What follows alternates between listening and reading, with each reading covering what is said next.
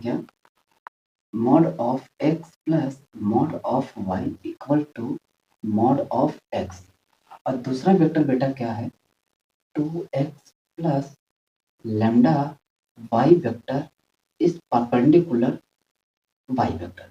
तो मैंने ये चीज बोला हूँ बेटा, अगर दो वेक्टर परपेंडिकुलर होते हैं तो उनका डॉट हमेशा क्या होता है 0। तो 2x plus lambda Y dot Y vector value क्या हो जाएगा बेटा 0। अगर मैं इसका मल्टीप्लाई कराऊंगा तो बेटा कितना हो जाएगा x dot Y plus lambda Y dot Y हो जाएगा बेटा इक्वल टू 0। तो यहाँ से मेरा वैल्यू आ जाएगा कितना बेटा, यहाँ से आ गया x डॉट वाई, और y इंटू वाई क्या हो जाएगा बेटा lambda Y square, lambda Y square equal to बेटा कितना हो जाएगा 0। चलो इसको भी मैं यहाँ सॉल्व कर लेता हूँ, इसको मान लेता हूँ इक्वेशन नंबर फर्स्ट, यहाँ पर बोल देता हूँ कि चलो ठीक है x है y है, ठीक मैं मान लेता हूँ कि चलो बेटा ये हो गया x और ये हो गया क्या y, और इनके बीच के एंगल मान लेता हूँ कितना थीटा। अगर जरूरत पड़ेगा तो हम इसको भी आगे सॉल्व करेंगे, ठीक। चलो अब मेरा एक इक्वेशन ये है, तो मैं कहता हूँ बेटा इसको क्या कर दो, पहले ब्रेक करना रहेगा तो तभी कर पाओगे जब क्या करोगे स्क्वायर। तो अब बेटा यहाँ पे इसको ओपन करो, क्योंकि अब तो स्क्वायर कर दिया हूँ, अब तो मॉड मैं क्या कर सकता हूँ ब्रेक कर सकता हूँ। बिना मॉड ब्रेक के हम क्या वैल्यू कैसे निकाल पाएंगे लैम्डा, ठीक। तो लैम्डा को निकालने के लिए थोड़ा सा इनके साथ क्या करना पड़ेगा छेड़खानी। तो चलो अब छेड़ दो, अब छेड़ ही दियो तो पूरा सॉल्व ही कर दो। तो बेटा यहाँ से x का हो जाएगा क्या बेटा मॉड ऑफ एक्स स्क्वायर, और बेटा y का क्या हो जाएगा मॉड ऑफ वाई स्क्वायर हो जाएगा, ठीक। उसके बाद कितना आ जाएगा 2x dot Y equal to बेटा कितना हो जाएगा मॉड ऑफ एक्स स्क्वायर। अच्छा बेटा mod of x square, mod of x square गया, तो बेटा मैं इसी को ऐसे भी लिख दूं, कोई दिक्कत है क्या, देखो तो यहाँ से आ जाएगा बेटा x डॉट वाई, तो अब बेटा यहाँ पर क्या हो जाएगा प्लस मॉड लगाओ या ना लगाओ कोई दिक्कत है 1 इंटू वाई स्क्वायर लिख सकता हूँ क्या बेटा इक्वल टू 0।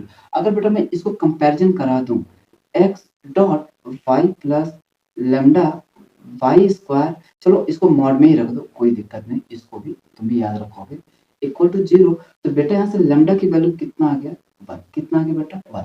तो यहाँ पर जो लैम्डा की वैल्यू होगा वो कितना होगा बेटा 1। तो जो भी बच्चा जेईई मेंस 2020 का दिया होगा तो मुझे लगता है उसके लिए ये क्वेश्चन तो यूं ही ऐसे उड़ा दिया होगा। लेकिन बेटा ध्यान देना इस क्वेश्चन को भी तभी आप सॉल्व कर पाओगे जब आप जेईई मेंस का कुछ क्वेश्चन क्लियर होगे, नहीं तो इसी क्वेश्चन को आपको सॉल्व तो कर लोगे, मैं ये नहीं कह रहा हूँ कि नहीं कर पाओगे, सॉल्व कर लोगे।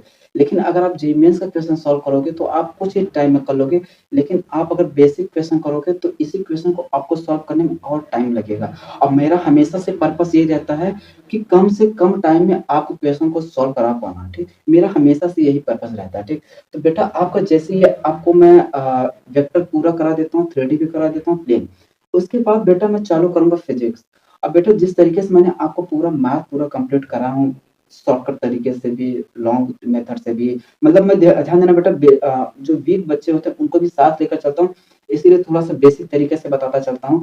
पहले मैं शुरू में अगर आप देखोगे एडवांस का मैंने जितना भी क्वेश्चन करा हूँ शॉर्ट से शॉर्ट अप्रोच में बता रहा हूँ ताकि क्वेश्चन कर ले जाओ। लेकिन बाद में वहाँ पर कुछ बच्चों को दिक्कत है जिन्होंने बोला कि सर थोड़ा सा और बेसिक में, तो मैंने इसीलिए थोड़ा सा डाउन हुआ।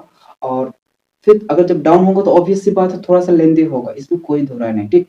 अब देखो मैथ में तो थोड़ा सा लेंदी होता है, ठीक। लेकिन जब बेटा मैं आपको फिजिक्स कराऊंगा ना, तो फिजिक्स में बेटा देखो उसमें क्या होता है केवल आपको फार्मूले होते हैं, फार्मूले होते हैं, कॉन्सेप्ट होते हैं। कॉन्सेप्ट तो समझना वो बाएं हाथ का खेल, मैं आपको सिखा दूंगा पूरा थ्रेडिंग में कर करके, कोई दिक्कत नहीं। अगर एक बार आपने कॉन्सेप्ट को समझ लिया तो मैं लिख कर दे रहा हूँ बेटा, चाहे जितना टफ हो चाहे वो इजी हो, अगर वो इजी क्वेश्चन है तो ध्यान देना बेटा 2 से 3 लाइन में आपको क्वेश्चन मैं सॉल्व करना सिखा दूंगा।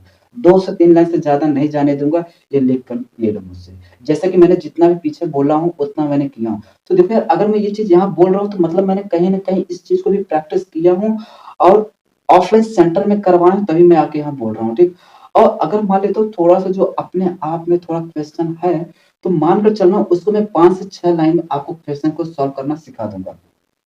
और दूसरी बात बेटा एक चीज ये होगा कि अगर जब मैं आपको फिजिक्स सॉल्व करना सिखाऊंगा तो कोशिश करूंगा कि मैं ज्यादा फार्मूले का यूज ना करके आपको सीधा तरीका सिखाऊं कि आप एक ही फार्मूले से कैसे हर एक क्वेश्चन को निपटा सको।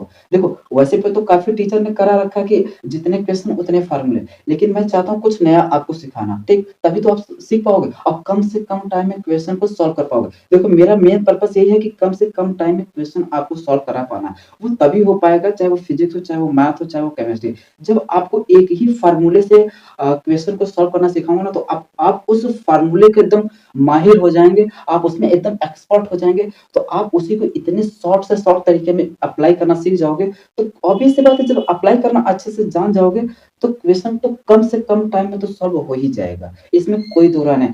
बस बेटा फिज़िक्स में आपको वही सिखाना है, बस अगर आप वो सीख लेते हो, तो फिर मैं कह रहा हूँ कि आप आराम से मतलब विदिन मिनट के अंदर आप हर एक फिज़िक्स को निपटा सकते हो जेईई मेंस। ध्यान देना बेटा, जेईई एडवांस क्वेश्चन थोड़ा-सा आपको लेंथी रहेगा, लेकिन फिर भी मैं आपको जितना हो सकेगा उतना शॉर्ट से शॉर्ट तरीका बताऊँगा, ठीक? और एक चीज़ और ध्यान देना बेटा, जितने भी टीचर पढ़ाए होंगे ना, उनसे तो मैं शॉर्ट्स में ही तरीका बताऊँ, उससे भी आसान तरीका और कम से कम टाइम में सॉल्व करना सिखाऊँगा, ये गारंटी के साथ बोल रहा हूँ बेटा।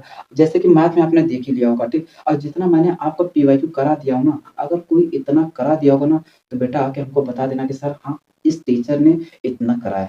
कोई नहीं कराएगा बेटा जितना, और अभी भी मैं कह रहा हूँ कि इतना नहीं कि मैं इतना क्वेश्चन करा दिया तो रुक जाऊँ। अभी न जाने कितने क्वेश्चन कराऊँगा, ये मुझे खुद नहीं पता, ना ही आपको पता है। बस वक़्त जैसे आगे-आगे चल रहा है, तुम भी देखते चलो कि कैसे-कैसे मैं करा के पूरा मतलब अब जैसे इसके पहले जितना भी आपका इंटीग्रेशन था, क्या पूरा नहीं करा? बिल्कुल कराया।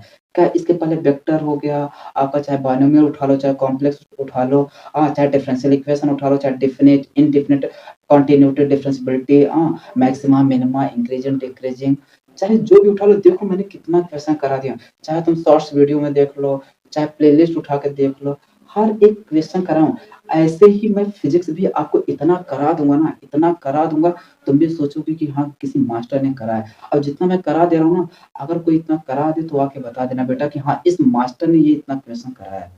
कोई नहीं कराया, तुम उठा कर देख लेना, ठीक? और आगे भी मैं इतना करा दूँगा ना कि सामने देखने वाले की भी आँखें फटी की फटी रह जाएँगी कि कैसे ये पूरा इतना करा दे रहा है, ठीक? बाकी चलो आगे कारवां देखते चलो। बस फिज़िक्स बेटा ध्यान देना थोड़ा-सा, जो मैं वो कॉन्सेप्ट सिखाऊँगा ना, उस कॉन्सेप्ट को एक बार सीख लेना, और मैं गारंटी के साथ कह रहा हूँ कि आपको जितने भी क्वेश्चन आप सॉल्व करोगे ना, हर एक क्वेश्चन को अगर आप 5 से 6 लाइन में ज़्यादा चला जाए, तो जो कहोगे वो मानने के लिए मैं तैयार हूँ। जैसा कि मैंने नीट फिज़िक्स में क्वेश्चन कराया हूँ, तो उसमें पहले मैंने शॉर्ट अप्रोच में ही सॉल्व कर रहा था, लेकिन कुछ बच्चों ने कहा सर थोड़ा-सा और सिम्प्लीफाई करिए, तो मैंने थोड़ा-सा और सिम्प्लीफाई किया, तो थोड़ा-सा उसमें स्टेप बढ़ाया। नहीं, आप स्टार्टिंग के क्वेश्चन देखोगे ना, तो ज़्यादा से क्वेश्चन तो मैंने ओरली सॉल्व करना सिखाया हूँ कि इसी क्वेश्चन को कैसे ओरली सॉल्व कर सकते हो, ठीक? तो वो चीज़ बेटा सीखो, ताकि कम से कम टाइम में क्वेश्चन को सॉल्व करना सीख जाओ, ठीक? बाकी चलो अगला क्वेश्चन देखते हैं, ठीक?